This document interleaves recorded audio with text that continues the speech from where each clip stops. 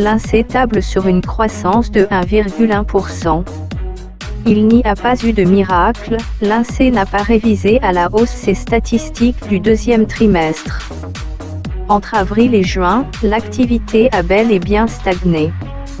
La demande intérieure reste l'unique moteur de la croissance. Alimentée par la baisse des prix du pétrole, qui réduit la facture énergétique des ménages, la consommation accélère cette année, affichant une progression après avoir augmenté de 0,6% l'an dernier.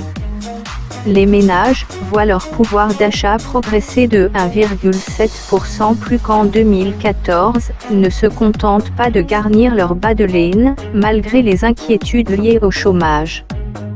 La Fnac voudrait épouser Darty, le champion de l'électroménager. Un rapprochement nécessaire pour résister face au commerce en ligne. Les deux grands distributeurs français ont été malmenés, mais chacun a repris des forces. La Fnac a réduit ses coûts et élargi son offre au petit électroménager. Darty a renoué avec les bénéfices après 4 ans de perte avec le service après-vente pour faire la différence avec la concurrence électronique. Un budget en hausse pour le logement. Plusieurs dispositions ne figurent pas dans le PLF 2016, elles seront introduites par voie d'amendement au texte. Le nouveau Fonds national des aides à la pierre dédié à la construction de logements sociaux. La réforme de l'APL accession introduite en 2014 est supprimée, le patrimoine des locataires sera désormais pris en compte. Le montant de l'APL diminuera pour les loyers supérieurs de 2 fois au plafond actuel.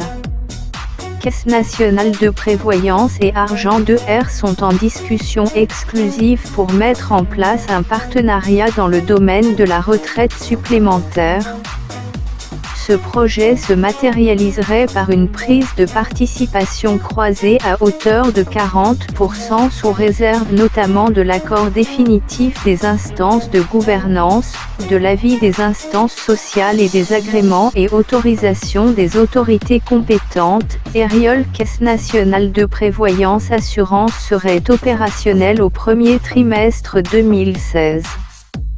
Les tests sur des véhicules diesel décidés par le gouvernement pour détecter des fraudes à la pollution ont débuté le 1er octobre selon une journaliste de l'AFP.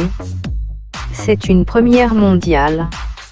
Un ministère de l'écologie, de l'énergie met en place un système scientifique de contrôle pour identifier les équipements frauduleux sur un véhicule, a déclaré la ministre Ségolène Royal, lors d'une visite à l'INA Montlhéry où seront menés les tests.